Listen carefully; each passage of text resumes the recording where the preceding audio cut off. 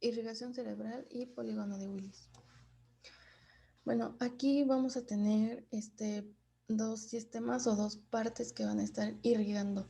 Vamos a tener a la parte anterior, que va a ser la arteria carótida interna o las arterias carótidas internas, y la parte posterior, que es la arteria vertebral. Estas se van a anastomosar en la base del encéfalo y van a formar lo que es el polígono de Willis. Bueno, entonces vamos a retomar o vamos a recordar que la arteria carótida interna viene o se origina de la arteria carótida común. Entonces, esta asciende y atraviesa la base del cráneo a través del conducto carotídeo. Ahora, la arteria vertebral, en la parte posterior a esta otra, se origina de la arteria subclavia. Entonces, esta va a ascender y va a atravesar los forámenes de C1 a C6.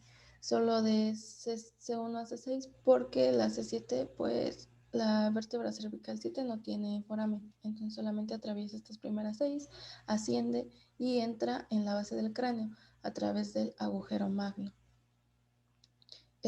La arteria carótida interna va a darnos o a proporcionarnos diferentes ramas, pero en su porción cerebral nos va a dar origen a la arteria cerebral anterior, a la arteria cerebral media y a la arteria comunicante posterior.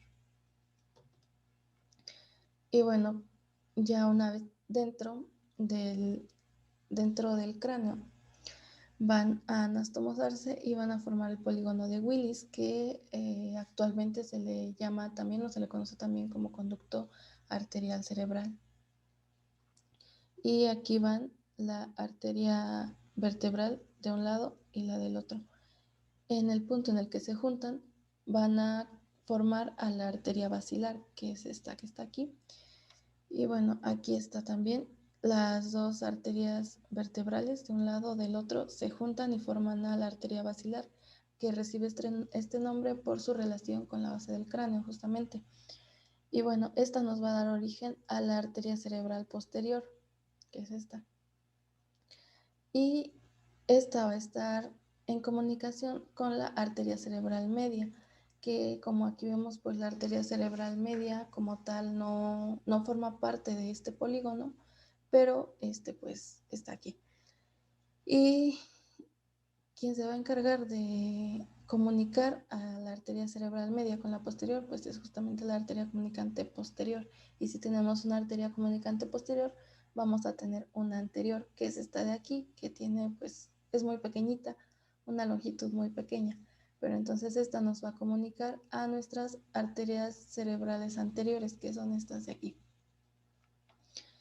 Y bueno, aquí vemos la salida de la arteria cerebral anterior.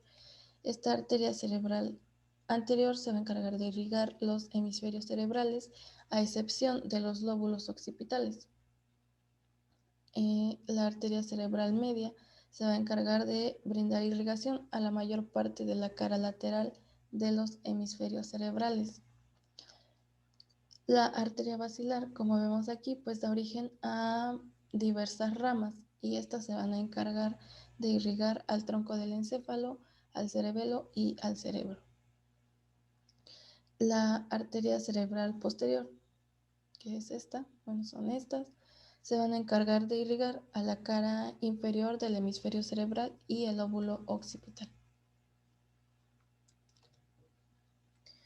Y aquí tenemos una imagen de la irrigación del cerebro, de las partes del cerebro, y vamos a ver que esto está dada por mis tres arterias cerebrales, que es la arteria cerebral anterior, la media y la posterior. La anterior, en color amarillo, se va a encargar de irrigar la parte, el polo anterior y la mayor parte medial y superior del cerebro. Y bueno, si vemos en la parte interna del cerebro, pues nos vamos a dar cuenta que se va a llevar la mayor parte esta arteria cerebral anterior, que está aquí en color amarillo. La arteria cerebral media se va a encargar de la irrigación de la superficie lateral del cerebro, como vemos aquí, y el polo temporal. La arteria cerebral posterior, en azul, se va a encargar de irrigar la parte inferior del cerebro y el polo occipital, igual aquí lo vemos.